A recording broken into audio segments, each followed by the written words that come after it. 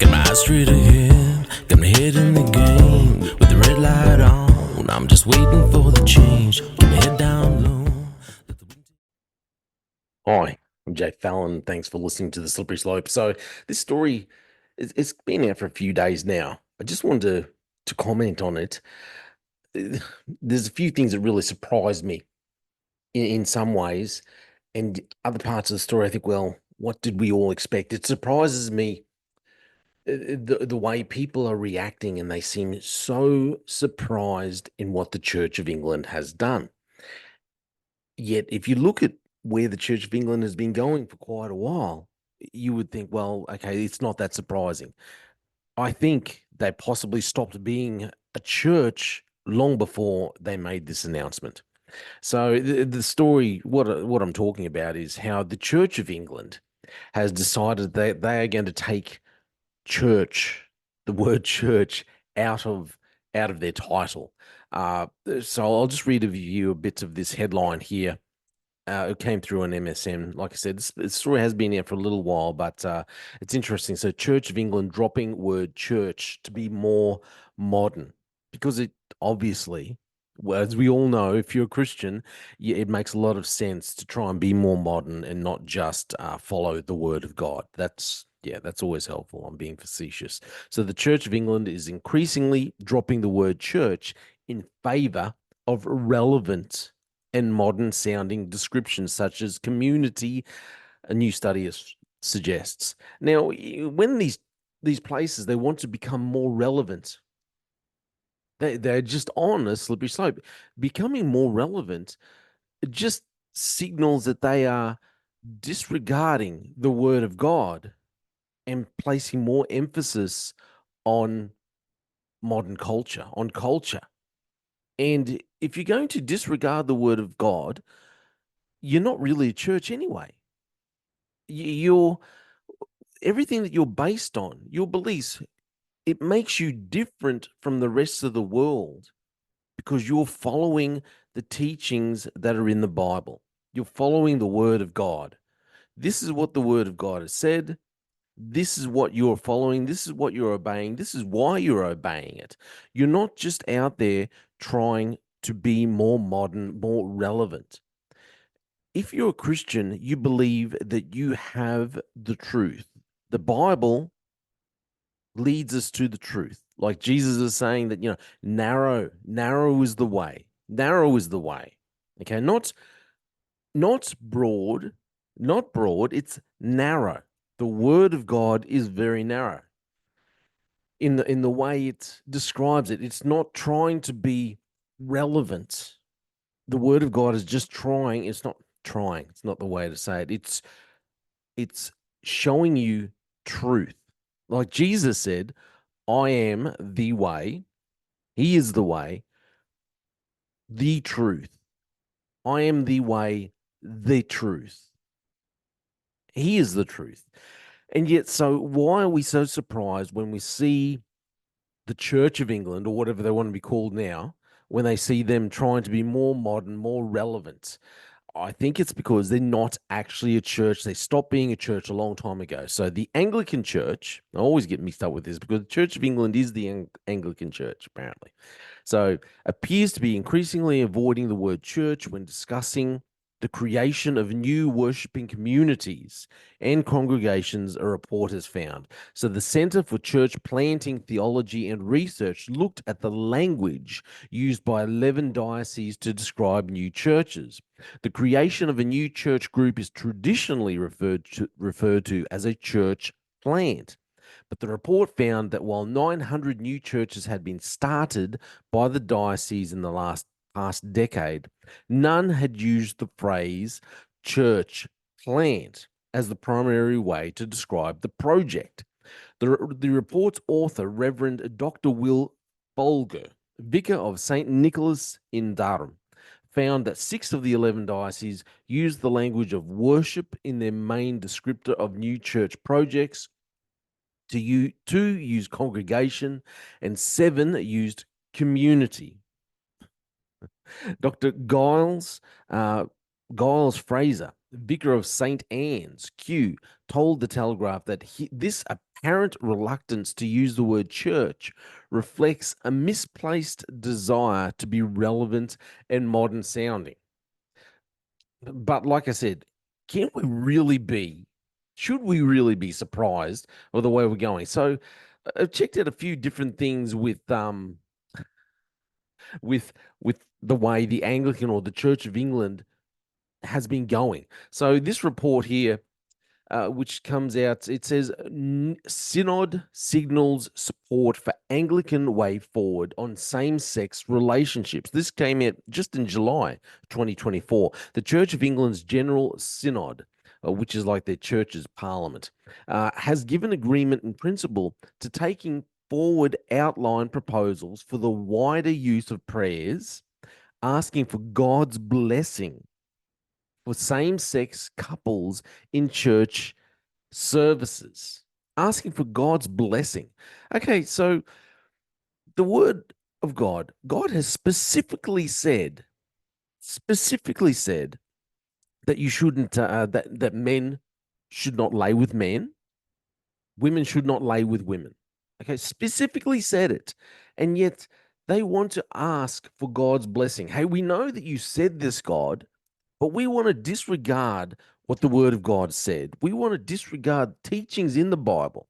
We want to disregard specific teaching because we want to do what we want to do regardless of what you want.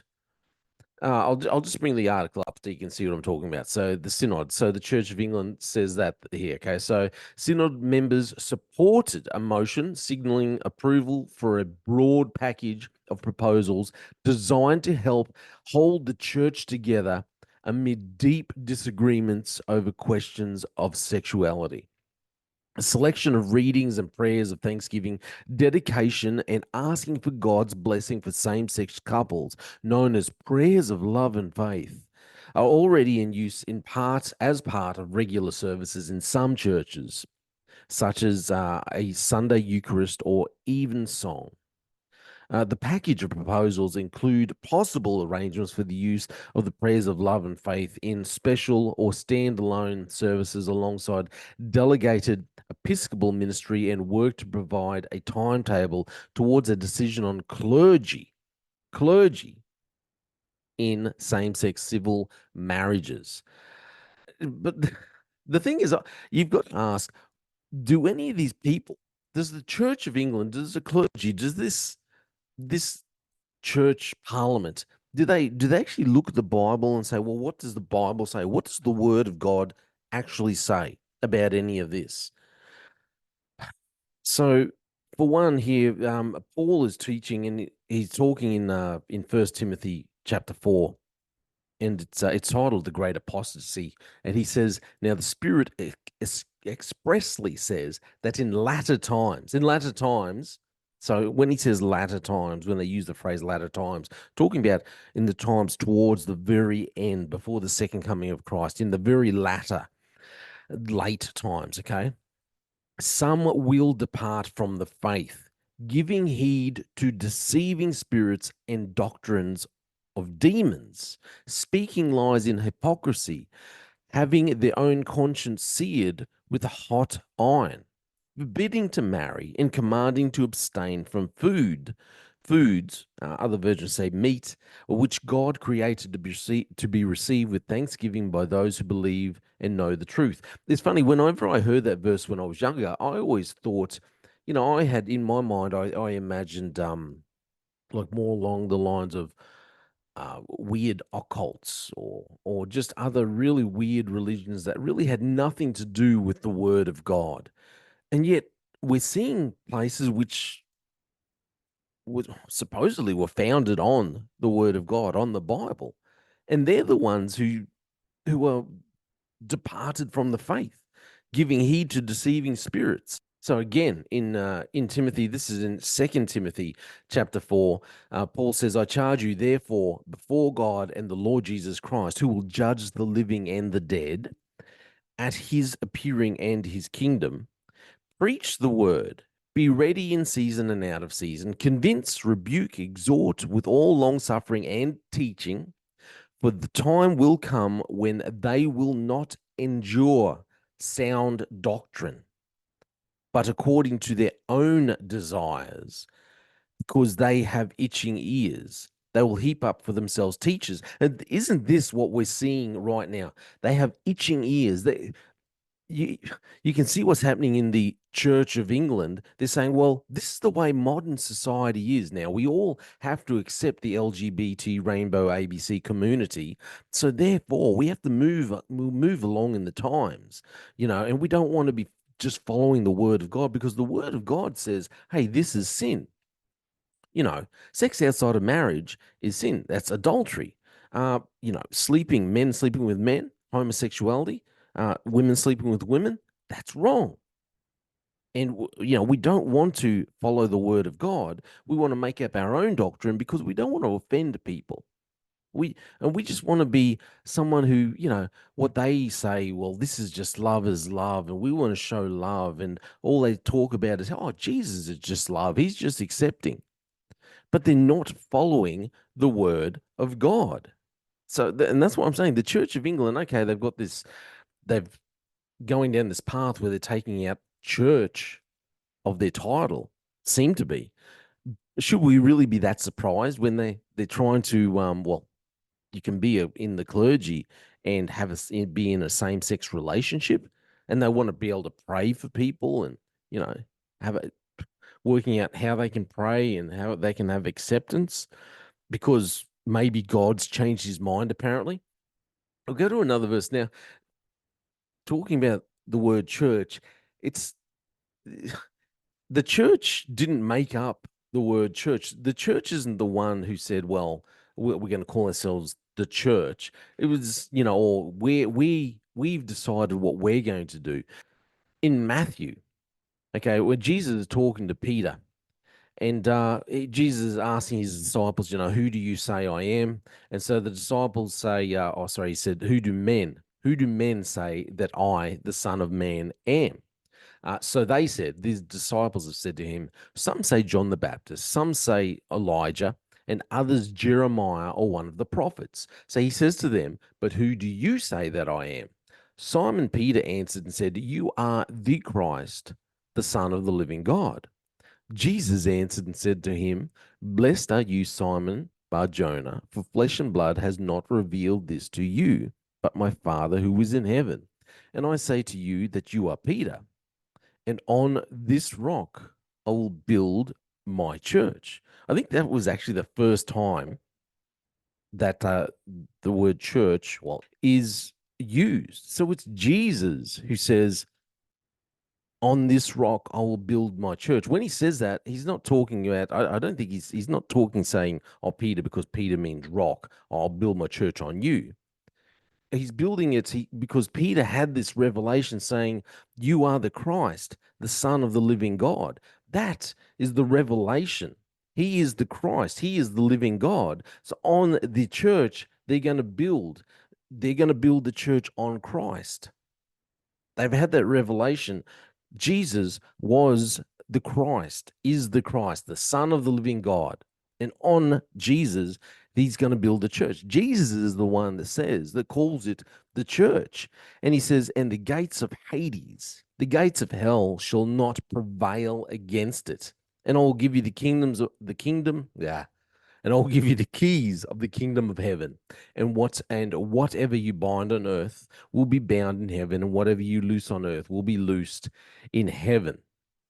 So, yeah, look, it's disappointing. It is sad that they're steering away from using the word church in their title.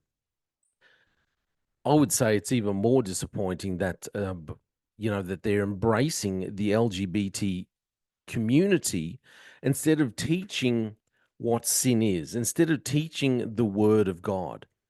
I would say that if the Church of England, Anglican Church, if they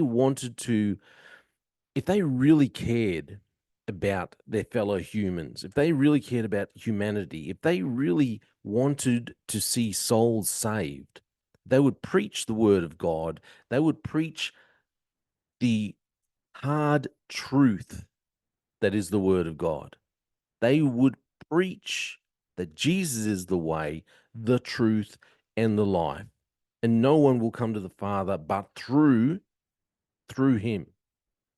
And they will teach that, when Jesus said to the woman who had been caught in adultery in the very act, and then all her accusers go away, and then Jesus stands up and says, "Hey, where's your accusers?" And she says, "Oh, yep, they're all gone." And then what's Jesus end with? The very last thing he says to her: "Go your way, go and sin no more." If the Church of England really cared about the people, they would preach, "Go and sin no more." They would be teaching what actual sin is, and they would not be trying to just be relevant to modern culture. So while it's disappointing that they may take church out of their title of Church of England, I don't think it's surprising. We're seeing more and more churches going down this line. They're rejecting the word of God to try and be more and more relevant, and yet the word of God, as we can see here in 1 Timothy chapter 4, when he's saying, "Giving heed to deceiving spirits and doctrines of demons," it's even more relevant than it's ever been. And the scary thing about what they're doing is like what it says in 1 Peter chapter 4. In verse 17, he writes, "For the time has come for judgment to begin at the house of God. And if it begins with us first, what will be the end of those who do not obey the gospel of God? Now, if the righteous one is scarcely saved, where will the ungodly and the sin appear?" Judgment will begin in the house of God. Judgment will begin in the house of God. Is this what is this what is currently happening, being played out in the United Kingdom, in the Church of England? They,